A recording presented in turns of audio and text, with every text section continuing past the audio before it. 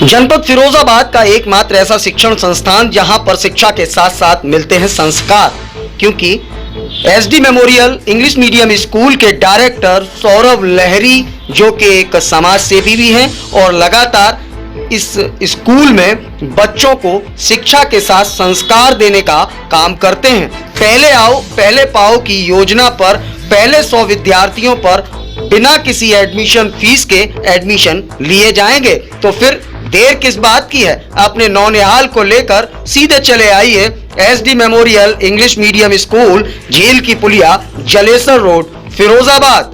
आप कांटेक्ट भी कर सकते हैं SD memorial English medium school के डायरेक्टर सौरभ लहरी, जिनका मोबाइल नंबर है 9219035416 9149121678।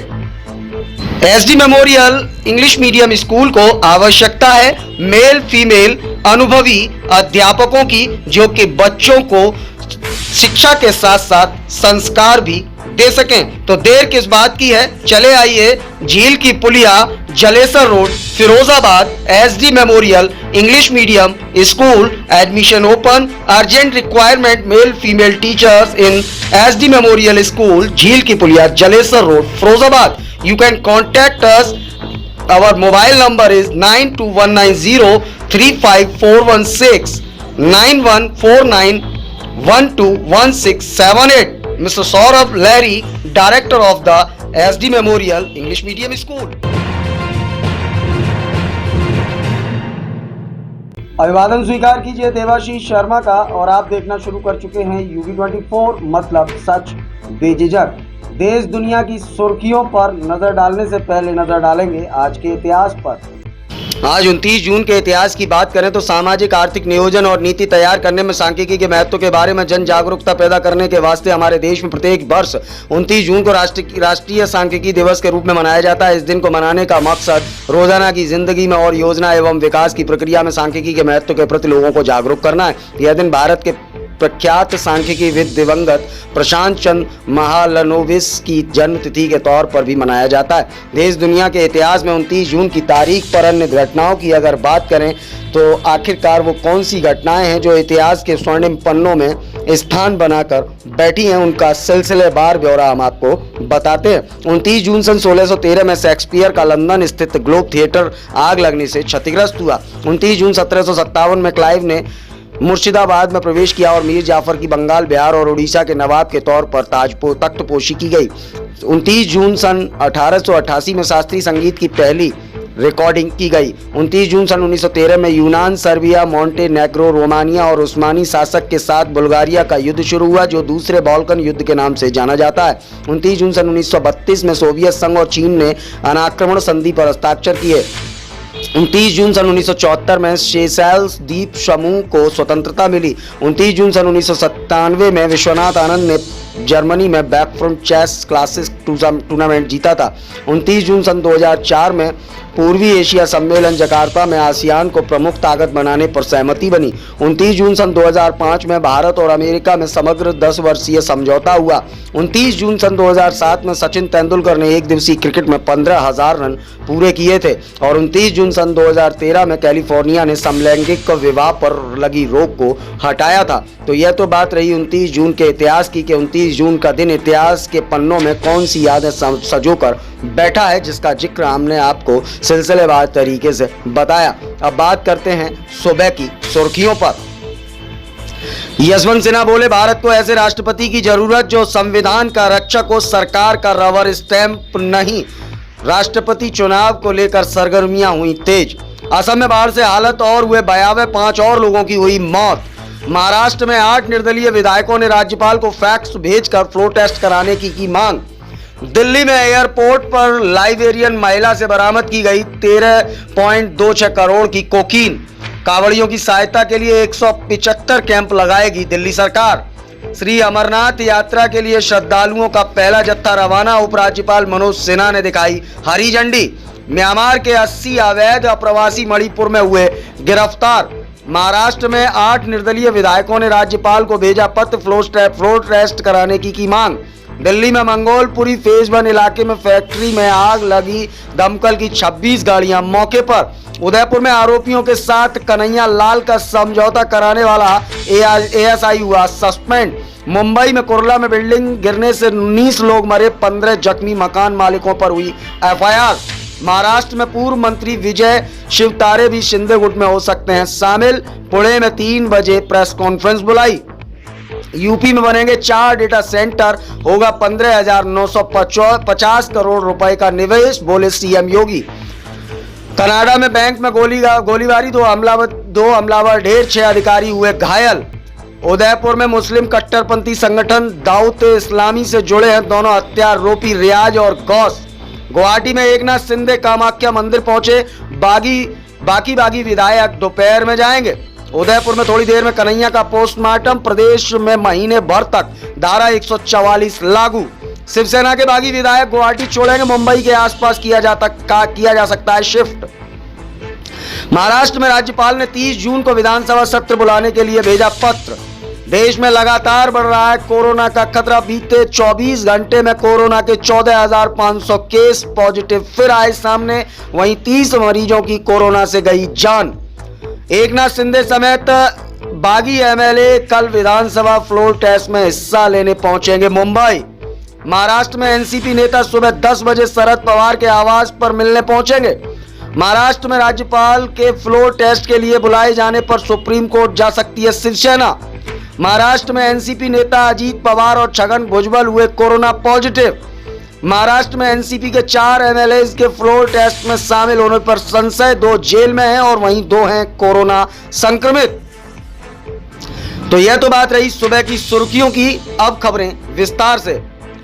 तुष्टीकरण की वजह से उदयपुर में तालिबानी कांड, देश संविधान से चलेगा या सर तन से जुदा वाली सोच से। आज उदयपुर में जो कुछ भी हुआ वो हैरान कर देने वाला है। जिस पर कन्हैया लाल नाम के युवक की हत्या की गई, वो पेशे से दर्जी था। उसकी हत्या करने आए दोनों आरोपी पूरा प्लान बनाकर आए थे। उदयपुर में जो हुआ वो हैरान कर देने वाला है। जिस कन्हैया लाल नाम के युवक की हत्या की गई है वो पेशे से दर्जी था। उनकी हत्या करने वाले आए दोनों आरोपी पूरा प्लान बनाकर आए थे। सूत्रों के मुताबिक मोहम्मद रियाज और मोहम्मद गौस नाम के ये 2 व्यक्ति गिरफ्तार कर लिए गए हैं। सनसनीखेज हत्याकांड को अंजाम देने वालों ने इस क्रूरतम अपराध का वीडियो भी बनाया। मारे गए उक्त व्यक्ति के घर वालों का आरोप है कि उसे धमकियां मिल रही थी। पुलिस में सुरक्षा मामले के बावजूद सुरक्षा नहीं मुहैया कराई गई। उदयपुर के इस हत्याकांड को लेकर वहां तनाव फैला हुआ है। हत्याकांड के खिलाफ प्रदर्शन शुरू हो गया है। प्रशासन लोगों से लगातार शांति बनाने की अपील कर रहा है और UB24 न्यूज भी जनता से अपील करता है कि कानून को अपना काम कर देते हैं, कानून को अपने हाथ में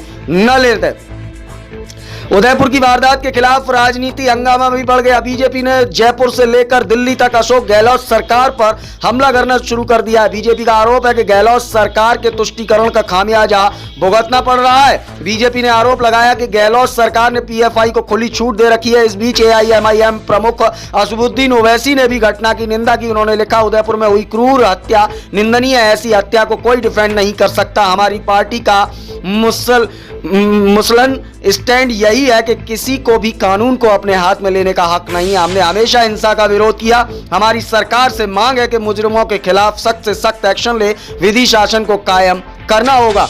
वहीं लगातार उदयपुर की घटना के बाद जनता सवाल पूछने लगी है। जनता ने सीधे तौर पर सवाल पूछे हैं कि आखिरकार उदयपुर में जघन्य हत्या के लिए गहलोत सरकार जिम्मेदार है या कोई और। तुष्टीकरण की वजह से उदयपुर में तालिबानी कांड हुआ है या कोई और वजह है। देश संविधान से चलेगा या फिर सर तन से जुदा वाली सोच से। ये 3 सवाल लगातार जनता के जहन में उठ रहे हैं और लगातार जनता ये सवाल पूछ रही है।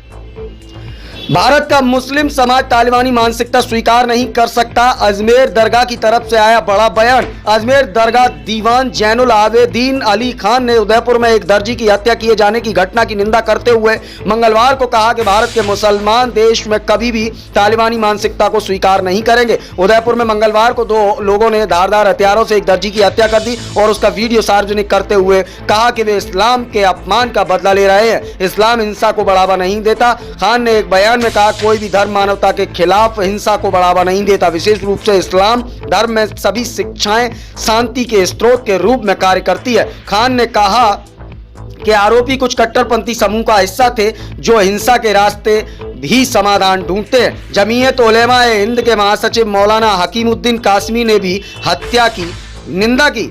जमीयत ने भी लगातार इस पूरे मामले की निंदा की है। जमीयत ने अपने बयान में कहा कि जिसने भी इस घटना को अंजाम दिया है उसे किसी भी तरह से जायज नहीं ठहराया जा सकता। यह देश के कानून और हमारे धर्म के खिलाफ है। हमारे देश में कानून की व्यवस्था है और किसी को भी कानून अपने हाथ में लेने का कोई अधिकार नहीं है। मौलाना हकीमुद्दीन कासमी ने इस अवसर पर देश के सभी नागरिकों से अपनी भावनाओं पर नियंत्रण रखने और देश में कानून व्यवस्था बनाए रखने में अपनी भूमिका निभाने की अपील की। बता दें कि उदयपुर में मुस्लिम समाज के 2 युवकों रियाज अख्तरी और गौस मोहम्मद ने पेशे से दर्जी कन्हैयालाल गोवर्धन की गला काटकर हत्या कर दी थी। महाराष्ट्र में राज्यपाल से मिले बीजेपी नेता देवेंद्र फडणवीस बोले सरकार अल्पमत में फ्लोर टेस्ट हो, सीएम बहुमत सिद्ध करे। महाराष्ट्र में मचे सियासी घमासान के बीच बीजेपी नेता देवेंद्र फडणवीस ने राज्यपाल से मुलाकात की। मुलाकात के बाद बाहर आए फडणवीस ने कहा कि हमने महाराष्ट्र के राज्यपाल को एक पत्र दिया जिसमें तत्काल फ्लोर टेस्ट कराने की मांग की है। भारी सुरक्षा के बीच अमरनाथ यात्रा के लिए पहला जत्था हुआ रवाना। श्रद्धालुओं में देखने को मिला उत्साह। अमरनाथ के लिए श्रद्धालुओं का पहला जत्था रवाना हो गया। इससे पहले जत्थे को भारी सुरक्षा के बीच रवाना किया गया। जम्मू कश्मीर के लेफ्टिनेंट गवर्नर मनोज सिन्हा ने पहले जत्थे को जम्मू बेस कैंप में रवाना किया। यह यात्रा 30 जून से शुरू हो रही है।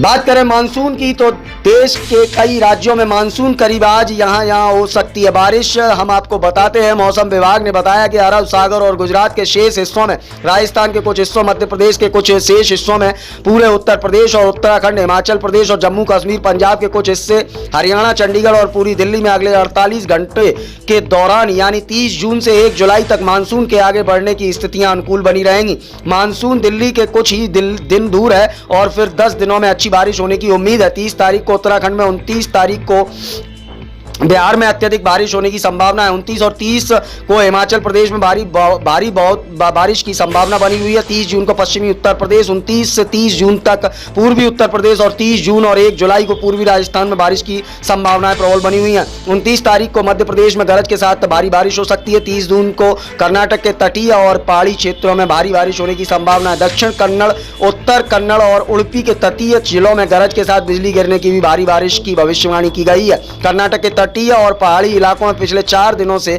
बारिश हो रही है। मौसम विभाग ने भविष्यवाणी की है कि इस मानसून के मौसम में कर्नाटक के तटीय जिलों में अधिकतम वर्षा होगी। उत्तरी बिहार के पहले से ही बारिश से प्रभावित इलाकों में, नेपाल के नदियों के जलग्रहण क्षेत्र में भारी बारिश के कारण बाढ़ से स्थिति और खराब होने की आशंका है। केंद्रीय जल आयोग ने उत्तरी बिहार के इलाकों के लिए ऑरेंज अलर्ट जारी किया है।